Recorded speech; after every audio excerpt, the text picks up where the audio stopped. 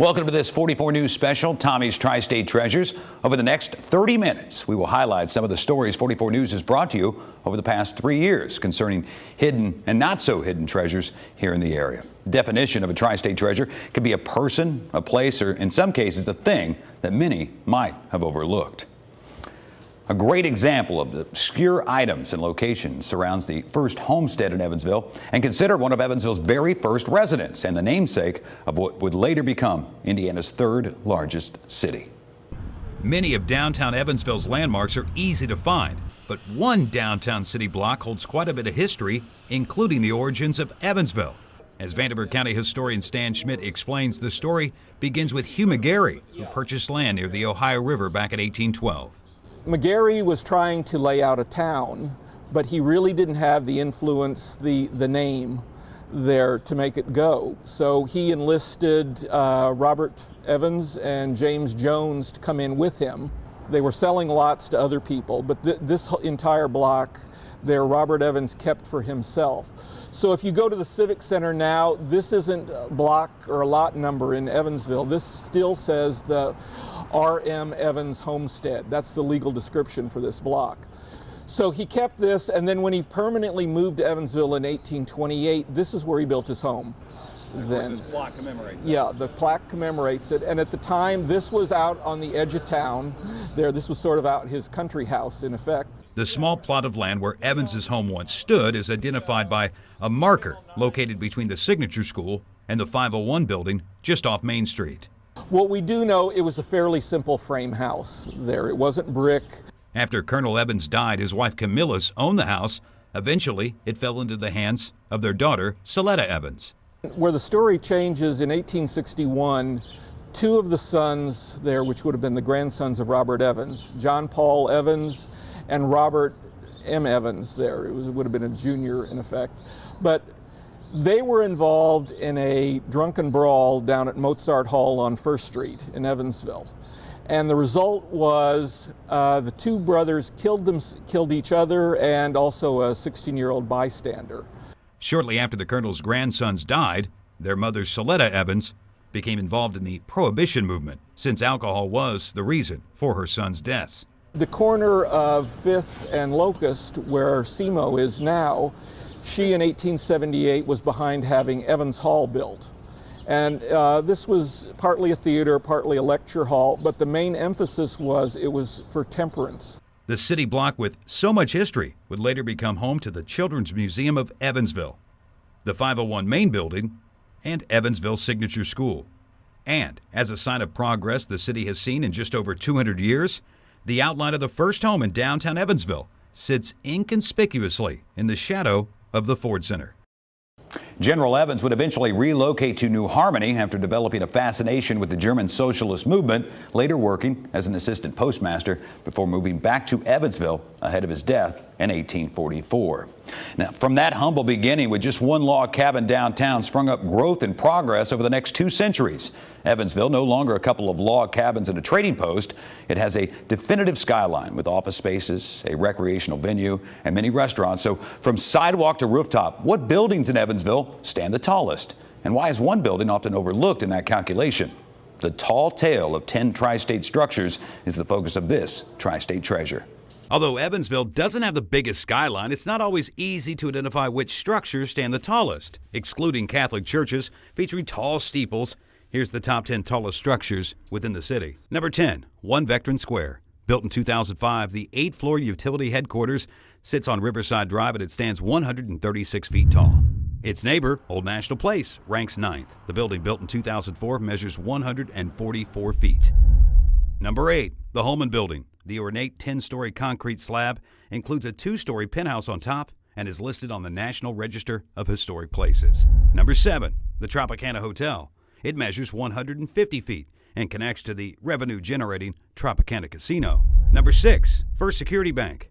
The multicolored brick building took shape on Southeast 3rd Street back in 1998, measuring 151 feet. Number 5, the Hilliard Lyons Building. Offering 12 floors of luxury apartments along Main Street, this skinny 155-foot skyscraper is also on the National Register of Historic Places. Number 4, the old Vanderburgh County Courthouse, an iconic symbol of the city that took shape in 1890. It stands at 216 feet tall, plus a flagpole. As far as the top 3 tallest buildings in Evansville, it's hard to determine with just the naked eye. For that accuracy, we relied on the science of pictometry. It's simply just pulling up a parcel by address, taking a tool that we have in the software program and measuring the building or structure that it is we need to know a size or square footage for. Most assume the second tallest building is the Fifth Third Center. Not true. Built in 1981, the bland block-style building sits on top of the same plot as the former Vendome Hotel. At 226 feet from sidewalk to rooftop, it's the city's 3rd tallest building. So if Fifth Third is number 3, which is number 2? For that, you must travel up First Avenue to the former Eigelhart Brothers grain bin. Casting a 227.8-foot shadow, the grain silo, now owned and operated by Archer Daniel Midland, has been overlooked by many because of its industrial look and agricultural purposes. The silo was the city's undisputed king of proper posture when constructed in 1910. An eyesore to some, it edges out the Fifth Third Center by less than 2 feet. And the undisputed champion of the skyline, the former Old National Bank building, commonly referred to as the 420 Main building by more relaxed residents. The building has stood taller than all others since completion in 1970. Home to the Petroleum Club for many years, the 18-story building still houses several business headquarters and law offices. In 2018, the property will get a new look and a new name, City Tower. But at 265 feet, it will retain its old title of Evansville's tallest building. Coming up, we move away from tall buildings to a tall tale. It's been almost 150 years since he served the city of Evansville, but finding an actual photo of this former mayor has become a challenge. 44 News shares the story of Evansville's missing mayor. That's coming up when Tommy's Tri-State Treasures returns. Welcome back to Tommy's Tri-State Treasures. A recent renovation to the Posey County Jail in Mount Vernon means a larger, more secure facility. But one small window preserved in the old building offers a glimpse into the past and a daring escape over 35 years ago. Art supplies aided the inmate on what's said to be Posey County's last great escape. 35 years have passed since Paul Curtis Walker served time in the Posey County Jail on forgery and theft charges. Walker was serving out some of his time in what would be considered an old juvenile cell. He often passed the time drawing and sketching. His artistic talents impressed the jail staff so much they purchased art supplies for the 51-year-old to use. Sheriff Greg Oath says the trust Walker gained from staff members produced an opportunity to pull off the last great escape from the Posey County Jail. In that particular cell, there was a two-way mirror where the matron could watch the activities of any juvenile that was being held. So he's held in the juvenile cell, and he fashioned some of the art supplies that was given to him into screwdrivers. Over the course of several days, Walker used the metal clasps on the paintbrushes he was given to loosen the bolts on the window frame.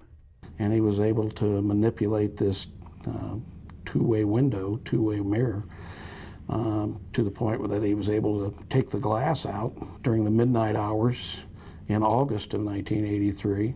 He was able to quietly slip through that window and actually literally walked out the front door of the jail. After escaping, the challenges for Walker continued if he wanted to remain on the run. Walker sought cover by hiding in the cornfield adjacent to the jail. So he was in the cornfield for about 4 days, 3 or 4 days, and he told us after he was captured that he was literally eating the ears of corn, but he was laying on the ground in the cornfield. Then one evening, about 3 days into his escape, he walked into the city of Mount Vernon and hot-wired a small pickup truck. Walker made one major mistake during the short-lived escape. While he was hot-wiring a truck, Walker disabled the vehicle's taillights. When he drove the truck down Highway 62 near Mars Elementary, it didn't take long for deputies to notice. Just west of the county line, one of the patrolling deputies noticed the vehicle with no taillights and attempted to stop the truck. After a brief chase, Walker pulled over into a residential area and then tried to flee on foot, but he was apprehended a short time later. After construction began recently on the new jail in Posey County, Oath noticed the window frame from the escape 35 years ago. We have a historical museum here in the county, a county museum, and that will probably end up there with this story someday. We'll hang more information about Mr. Walker around it, and maybe make a display out of it. Sheriff Oath was so intrigued by the brazen escape, he did his own research on Walker, his family, details about his prison sentence, and eventual death in the late 1990s. He believes Walker may still have family members in the area. The sheriff also says technology, procedures, and general construction of the jail has changed so much in 35 years, Walker's feat would be next to impossible to perform today. But his great escape in 1983 makes this ordinary-looking window a tri-state treasure. That inmate was only missing for a couple of days, but our next story involves a mayor who's been missing for about 150 years. 35 men have served as mayor of Evansville, but one man might have had the most interesting life before and after his 3-month term. It's a story hard to believe, but the legend behind Evansville's missing mayor is another tri-state treasure. Visitors to the Evansville Civic Center might notice a wall featuring pictures of every mayor to have served the city, except for one. Eccles Van Ripper served as mayor in 1870. In place of his picture, there's a phrase, "no photo available." So who is this missing mayor, and why is he arguably the most interesting man to have served the city? Local historian Stan Schmidt shares more. He came from New York. He was involved in the tobacco business. A company out of New York had pretty much control of tobacco farming down in the Green River Valley area. As the Civil War began, Van Ripper saw a more lucrative way to make money. After crossing into Confederate Arkansas ahead of the Union Army, Van Ripper offered to buy crops that would have otherwise been destroyed by Union troops. Van Ripper was then taken prisoner by Southern troops and sentenced to death by hanging. On the eve of his execution, a new commanding officer was assigned, and Van Ripper's life was spared, remaining in Confederate custody until late in the war. Upon his return to Evansville, he was urged to run for city council, successfully earning a spot representing the 2nd Ward. After the death of Evansville Mayor William Walker in 1870, the city council appointed Van Ripper as acting mayor. But his constant disagreements with the council ended with him leaving office just 3 months later. But the Van Ripper story has another interesting chapter. Right after his stint as mayor, him and his wife and family, they leave Evansville to go to Europe. He gets appointed by the Cleveland administration as U.S. consul to Moscow. However, Van Ripper's questionable business dealings in Russia ended with him basically being kicked out of the country. It's the one time a known photo of the former mayor was captured. His picture was in the Russian rogues gallery there so that people knew that he was not to be let back into the country. Schmidt says several efforts have been made to encourage the public to come forward with photographic evidence of Van Ripper. In 1953, People's Bank, which he had been associated with, offered a reward there publicly there in Evansville for anybody there who could find a picture of Mayor Van Ripper. As the story of Mayor Van Ripper becomes more clear, an image of the missing mayor has yet to develop. After Van Ripper's exile from Russia, he would spend his remaining days in New York City before his death in 1914.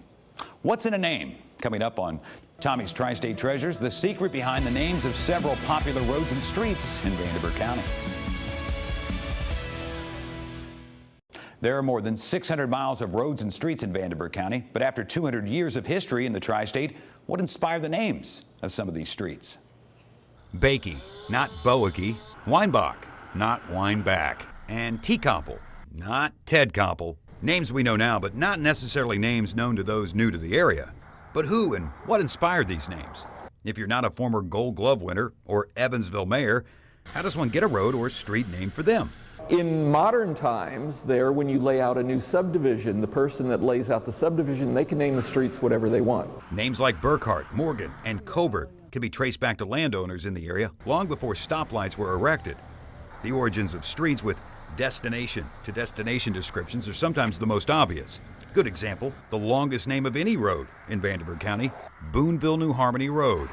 But what about Vanderburgh County's oldest road, Red Bank? There was a trail from Red Banks, which was the early name for Henderson, to Vincennes.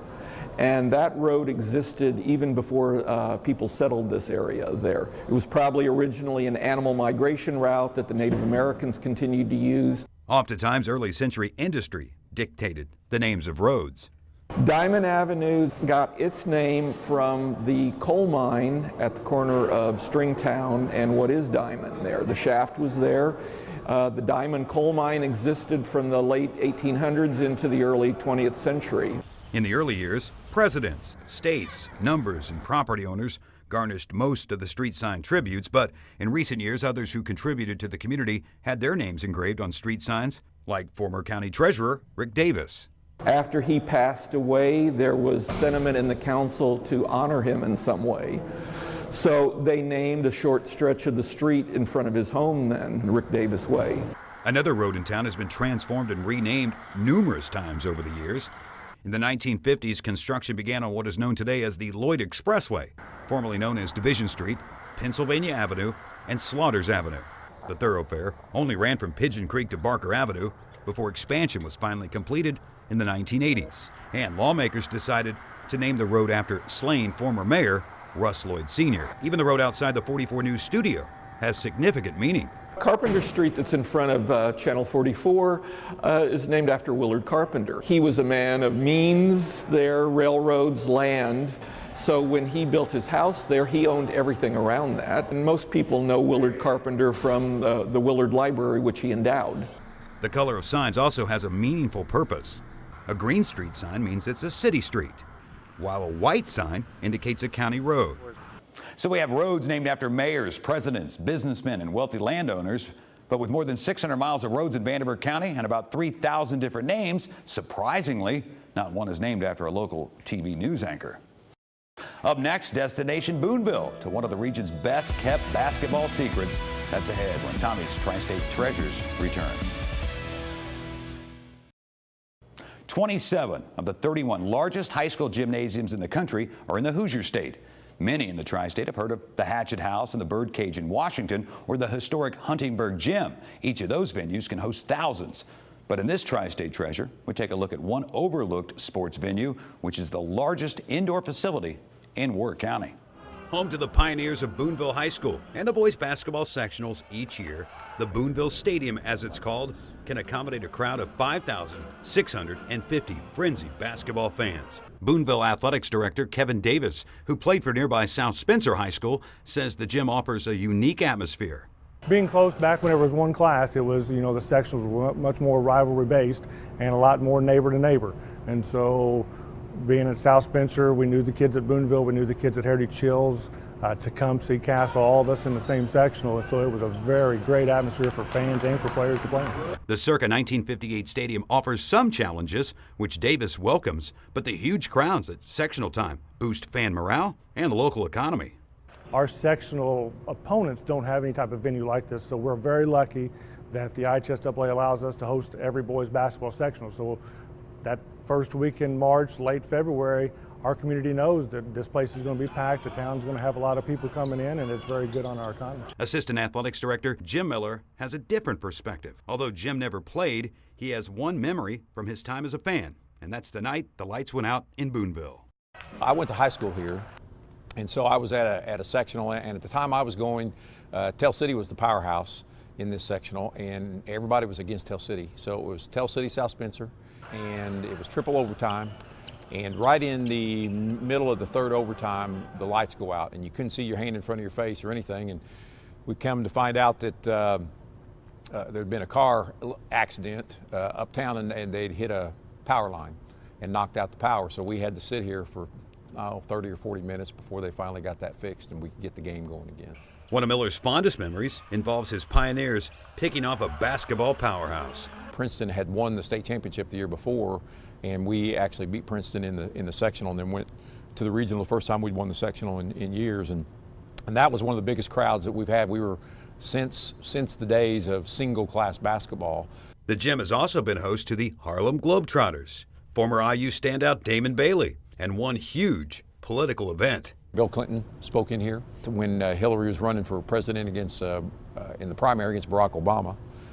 So Bill Clinton spoke in here, and they packed the house that night too. Although the capacity says 5,650, more than half of what the Ford Center can hold, the gym has certainly hosted more. Unofficially, yes. We got rid of the temporary bleachers just to make more room around the walkway after we went to class basketball. One of the few new additions to Boonville Stadium covers the history of the Pioneers. All these pictures you see on the walls, they just did that in the last 10 years. They moved them, they kind of collected them and everything, and so it's by decade.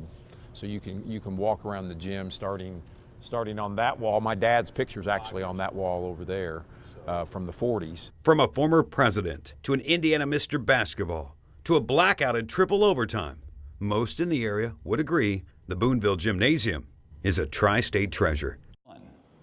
These are just a few of the Tri-State's treasures. There are many more out there. Some of our other stories can be found on our website, WEBB.com. And a special thanks to historian Stan Schmidt for his contribution on these stories over the past couple of years. If you know of a Tri-State treasure we've overlooked, let me know about it. We may feature it as one of our upcoming stories. For 44 News, I'm Tommy Mason.